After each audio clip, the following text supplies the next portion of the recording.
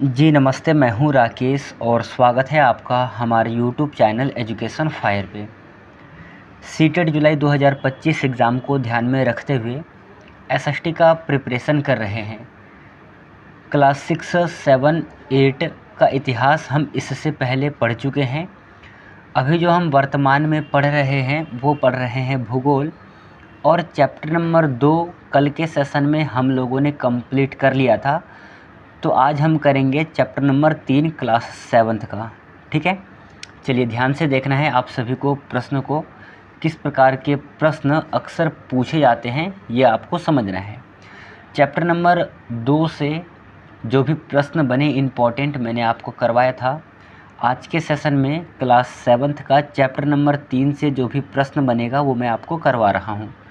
चलिए, जो पढ़ कर के आए हैं अपना स्कोर काउंट करते रहना कि आज के इस सेशन में से आप लोगों ने कितने प्रश्न सही किए हैं। प्रश्न है पहला, पृथ्वी की सतह पर चट्टानों का टूटना कहलाता है। 4 ऑप्शन है, अपक्षय, अपरदन, भूकंप, इनमें से कोई नहीं। चारों ही ऑप्शन में से कौन सा ऑप्शन इस प्रश्न का सही आंसर है, जल्दी से कमेंट सेशन में कमेंट करके बताना है। इस प्रश्न का सही आंसर हो जाएगा ऑप्शन नंबर ए। ठीक है, पृथ्वी की सतह पर चट्टानों का टूटना अपक्षय कहलाता है। ऑप्शन नंबर ए इस प्रश्न का सही आंसर है।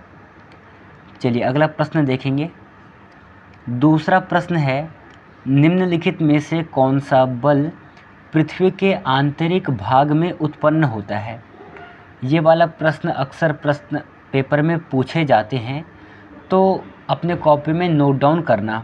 इससे रिलेटेड और जो भी इम्पोर्टेंट प्रश्न बनेंगे यहाँ से वो भी मैं आपको करवाऊँगा अगली वाली स्लाइड पे। फ़िलहाल में इस प्रश्न का सही आंसर देना आप। निम्नलिखित में से कौन सा बल पृथ्वी के आंतरिक भाग में उत्पन्न होता है।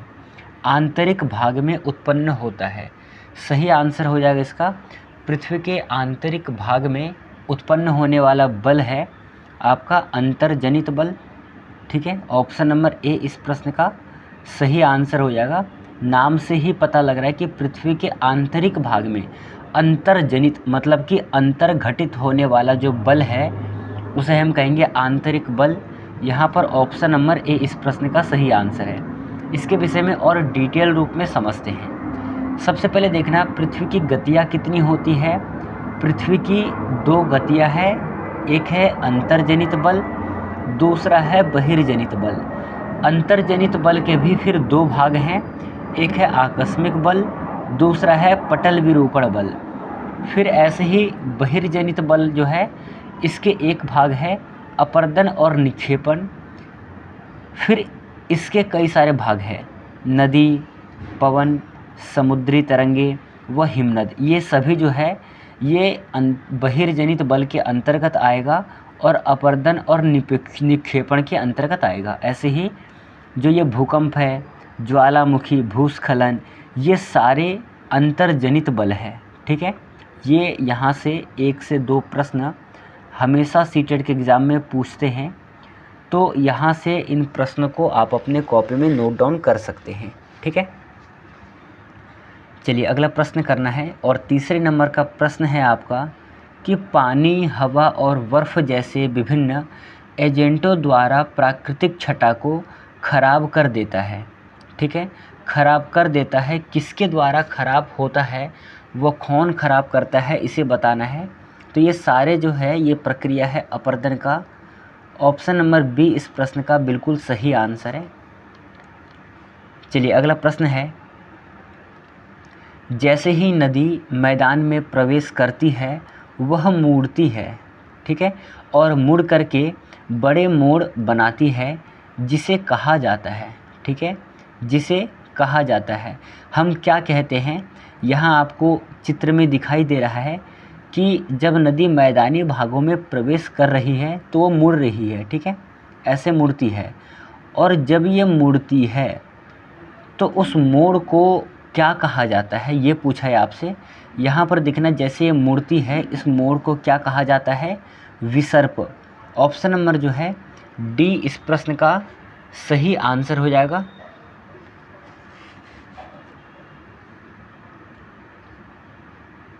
ठीक है, ऑप्शन नंबर जो है इस प्रश्न का डी सही आंसर है। चलिए यहाँ पर देखना, कुछ डिटेल रूप में समझाया है। जब नदी मैदानी क्षेत्र में प्रवेश करती है तो वह मोड़दार मार्ग पर बहने लगती है। नदी के इन्हीं बड़े मोड़ को विसर्प कहते हैं। इसके बाद विसर्पों के किनारों पर लगातार अपरदन एवं निक्षेपण शुरू हो जाता है। ठीक है, विसर्प लूप के सिरे निकट आ जाते हैं। समय के साथ विसर्प लूप नदी से कट जाते हैं और एक अलग झील का निर्माण करता है। उस झील को हम क्या कहते हैं? उस झील को हम कहते हैं चाप झील। जैसे कि आपको यहाँ पर दिखाया जा रहा है, ये विसर्प नदी है, इनसे एक नदी कट जाती है, मतलब कि थोड़ा सा भाग ऐसा है जो कि कट जाता है, कट करके अपना एक झील बनाता है जिसको हम लोग चाप झील के नाम से जानते हैं। ठीक है, तो ये वाला आपको ध्यान रखना, यहाँ से अक्सर प्रश्न पूछे जाते हैं, अपने कॉपी में नोट डाउन कर लेना आप। चलिए हम अगला प्रश्न करते हैं और आपका 5वें नंबर का प्रश्न है, नीचे दिए गए कथन एवं कारण पर विचार करिए। नीचे आपको कथन और कारण दिए हुए हैं, इन पे आपको विचार करना है। कथन है कि पृथ्वी का स्थल मंडल अनेक प्लेटों में विभाजित है तथा ये प्लेटें हमेशा धीमी गति से चारों ओर घूमती रहती है। बिल्कुल सही है कथन। कारण है पृथ्वी के अंदर पिघला हुआ मैग्मा एक वृत्तीय रूप में घूमता रहता है, तो कारण भी सही है यहाँ पर। मतलब कि यहाँ पर आपका 5वें नंबर का आंसर हो जाएगा ऑप्शन नंबर ए। कथन सही है और कारण भी सही है, तथा कारण जो है कथन की सही व्याख्या करता है। ऑप्शन नंबर ए इस प्रश्न का करेक्ट आंसर है। चलिए एक बार आप लोग 6ठे नंबर के प्रश्न को सॉल्व करना, और ये प्रश्न है, पृथ्वी की परपटी कई विशाल भागों में विभाजित है, उन्हें भी कहा जाता है। उन्हें भी कहा जाता है। ऑप्शन नंबर ए भूकंप, बी स्थल मंडलीय प्लेट, सी रूपांतरित प्लेट और डी इनमें से कोई भी नहीं। 4 ऑप्शन है, सही आंसर क्या होगा इस प्रश्न का? जल्दी से कमेंट सेशन में हमें उत्तर देना है। इसका आंसर है ऑप्शन नंबर सी। उनको हम क्या कहते हैं? रूपांतरित प्लेट कहते हैं। Option number C right answer है। चलिए यहाँ पर हम एक बार ये जान लेते हैं, जो अंतर्जनित बल होता है और जो बाह्य जनित बल होता है, जिसको हम इंग्लिश में एंडोजेनिक और बहिर्जनित बल को हम लोग क्या कहते हैं? एक्सोजेनिक कहते हैं। ये शब्द बना कैसे है? शब्द की उत्पत्ति किस प्रकार से हुई है? सबसे पहले एंडो जो शब्द है, एंडो और जेनिक, इस शब्द से जो है एंडोजेनिक बना है, और एंडो का मतलब होता है अंतः। पहला नंबर प्रश्न बनेगा अगर बनाना चाहे तो। दूसरा है एक्सो। एक्सो शब्द का जो अर्थ है वो है बाह्य। ठीक है, तो ये 2 शब्द आपको याद करना है कि एंडो का अर्थ होता है अंतः और एक्सो का अर्थ होता है बाह्य। एंडोजेनिक और एक्सोजेनिक। एंडोजेनिक मतलब अंतर्जनित बल, एक्सोजेनिक बाह्य जनित बल। ठीक है, ये वाला आपको पोर्शन याद रखना है, अपने कॉपी में नोट डाउन कर लेना और सॉल्व करना है आपको अगला प्रश्न। नदी द्वारा चाप झील का निर्माण किया जाता है पहाड़ी भागों में, तटीय भागों में, मैदानी भागों में, या फिर उपरोक्त तीनों भागों में। जब हम इससे पहले 5वें नंबर का प्रश्न सॉल्व कर रहे थे तो वहां पर ये प्रश्न बना था, और इसका सही आंसर है ऑप्शन नंबर सी, मैदानी भागों में। क्योंकि विसर्प नदी जो है वही है जो कि मोड़दार होती है। ठीक है, और इनसे जब कट करके एक अलग कोई झील बनती है तो ऐसे झील को हम क्या नाम देते हैं? ऐसे झील को हम लोग चाप झील नाम देते हैं। ठीक है, और ये किस में से कटती है? ये मैदानी भागों में से कटती है। ऑप्शन नंबर सी सही आंसर है। यहाँ पर हम देख लेते हैं, भूकंपीय तरंगे जो है 3 प्रकार की होती है। ठीक है, भूकंपीय तरंगे 3 प्रकार की होती है। पहला है पी तरंगे अथवा अनुदैर्घ्य तरंगे, दूसरा है एस तरंगे मतलब कि अनुप्रस्थ तरंगे, और तीसरा है एल तरंगे मतलब पी एस एल। ये हो जाएगा आपका पृष्ठीय तरंगे। तो ये भूकंपीय तरंगे हैं और ये 3 प्रकार के होते हैं, पी, SL। यदि हम कहें अनुदैर्ध्य, अनुप्रस्थ और पृष्ठीय, ये 3 प्रकार के तरंगे हैं। इन तरंगों के गुणधर्म विश्वकोश से ज्ञात करने का प्रयास कीजिए। आगे आपको दिया हुआ है, उससे प्रयास करेंगे। यहाँ पर ये 3 प्रश्न आपको अपने कॉपी में और ऐड कर लेना है। चलिए अगला प्रश्न है, भूकंप को मापने के लिए उपयोग किया जाने वाला उपकरण का क्या नाम है? इस प्रश्न को समझने से पहले हमें सबसे पहले ये समझना पड़ेगा, यहाँ पर ध्यान से पढ़ना है। भूकंप का मापन एक यंत्र से किया जाता है जिसे हम लोग भूकंप लेखी कहते हैं। पहला प्रश्न यहाँ से बनेगा। दूसरा है, भूकंप की तीव्रता जो है रिक्टर स्केल से मापी जाती है। ठीक है, जिस भूकंप की तीव्रता 2.0 अथवा कम होती है उसका प्रभाव नहीं के बराबर होता है, पर यदि जिस भूकंप की तीव्रता 5.0 होती है वह वस्तुओं के गिरने से क्षति पहुंचा सकता है। तीसरा है, जिस भूकंप की तीव्रता 6.0 अथवा उससे अधिक होती है तो वह बहुत प्रभावशाली, और जिसकी तीव्रता 7.0 अथवा उससे अधिक होती है वह सर्वाधिक शक्तिशाली समझा जाता है। यहाँ से आपको ये देखना है कि सबसे शक्तिशाली भूकंप है 7.0, सबसे कम है 2.0। ये 2 प्रश्न आपको यहाँ से और अपने कॉपी में ऐड करना है।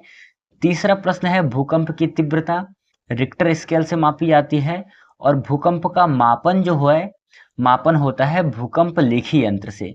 तो इससे पहले वाला जो प्रश्न है इसमें कोई आंसर नहीं होगा, यहाँ पर क्या होगा, भूकंप लेखी। ठीक है, भूकंप को मापने के लिए किसका प्रयोग किया जाता है? भूकंप लेखी यंत्र का प्रयोग किया जाता है।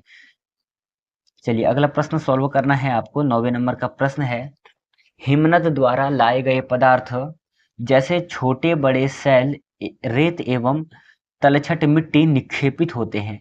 ये निक्षेप्त से बनाते हैं, ऐसे हम कहते हैं हिमनद, हिमोड़। ऑप्शन नंबर सी इस प्रश्न का सही आंसर है। चलिए यहाँ पर थोड़ा भूकंप से रिलेटेड 1-2 प्रश्न जो कि पूछे जाते हैं वो भी देख लेंगे। आपके एनसीईआरटी में दिया हुआ है, भुज के भूकंप के बारे में वर्णन किया गया है। आप सभी जानते हैं कि 26 जनवरी 1901 में भूकंप शहर में एक भूकंप आई थी जो कि बहुत ही तबाही मचाई थी। ठीक है, रिक्टर स्केल से इसकी तीव्रता मापी गई थी। 6.9 की तीव्रता वाला भीषण भूकंप था। ये प्रश्न किस प्रकार से पूछा जाएगा कि भुज शहर में भूकंप कब आया था? आपको याद रखना है 26 जनवरी 1901 को आया था। किससे मापन किया गया था इसका? रिक्टर स्केल से इसकी तीव्रता मापी गई थी और उसकी तीव्रता क्या थी? 6.9 थी। ठीक है, ये वाला प्रश्न यहां से आपको याद रखना है। चलिए अगला प्रश्न देखना है। अगला प्रश्न है आपका, नियत समय के साथ विसर्प लूप नदी से कट जाते हैं और बनाते हैं। जब लूप नदी से कटते हैं, विसर्प लूप से कटता है तो किस चीज का निर्माण होता है? ये होता है चाप झील का निर्माण होता है। ऑप्शन नंबर ए जो है इस प्रश्न का बिल्कुल सही आंसर है। यहाँ पर कुछ फैक्टर और हम अब ऐड करेंगे। विश्व में हजारों छोटे छोटे जलप्रपात हैं, पर यदि हम सबसे ऊंचा जलप्रपात की बात करें तो वो दक्षिण अमेरिका में स्थित है।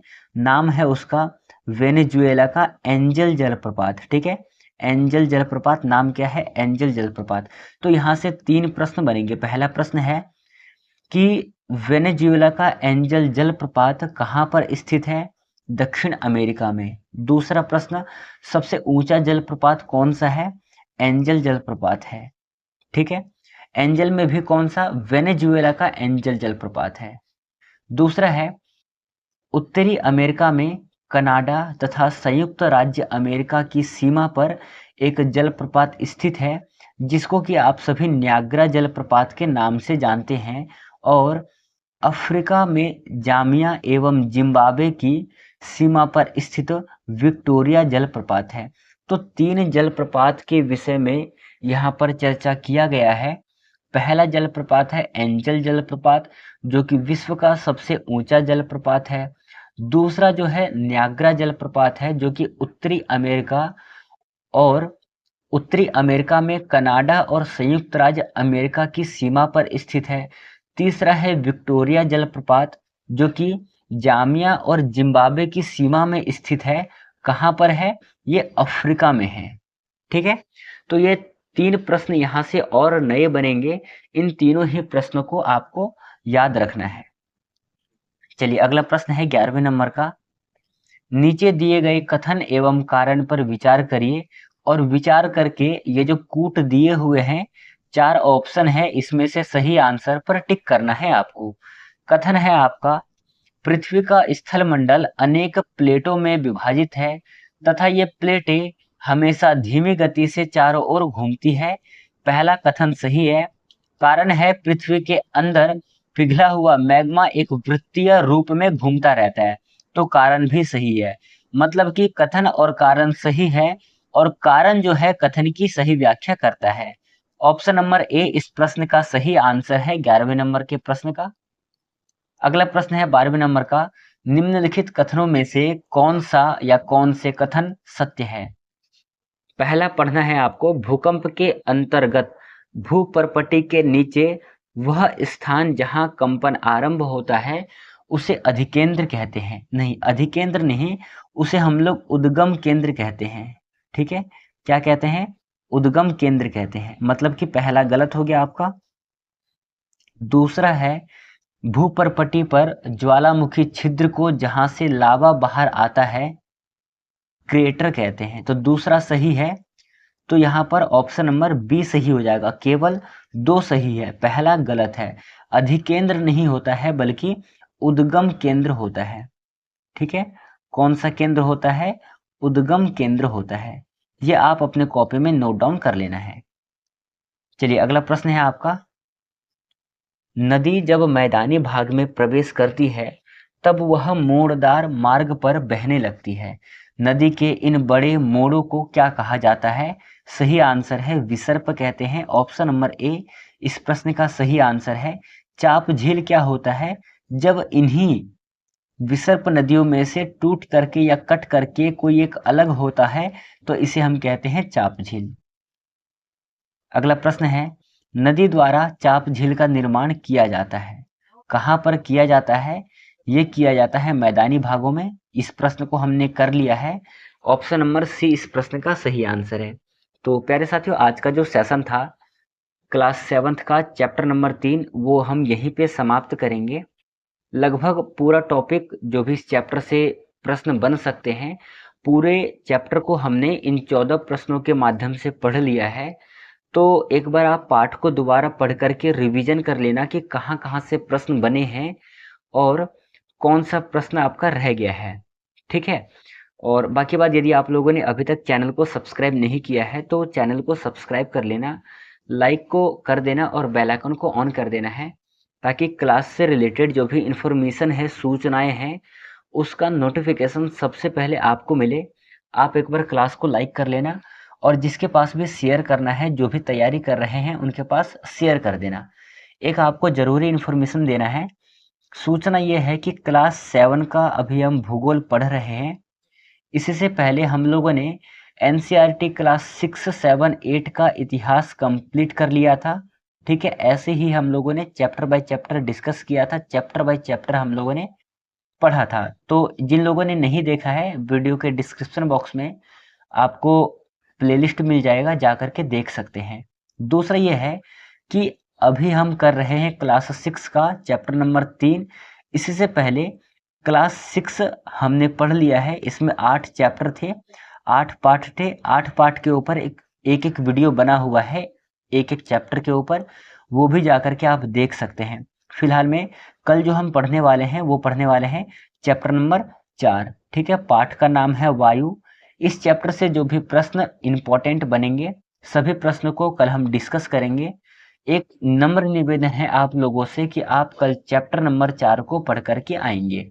फिर आपको कल ये समझना है कि जो आप पढ़ करके आए हैं उसमें से आपका कितना प्रश्न सही होता है और कहाँ पर आपकी कमी रही है, उसे भी हम लोग कल समझेंगे। चलिए मिलेंगे कल के सेशन में। धन्यवाद। जय हिंद मित्रों, ध्यान रखना अपना।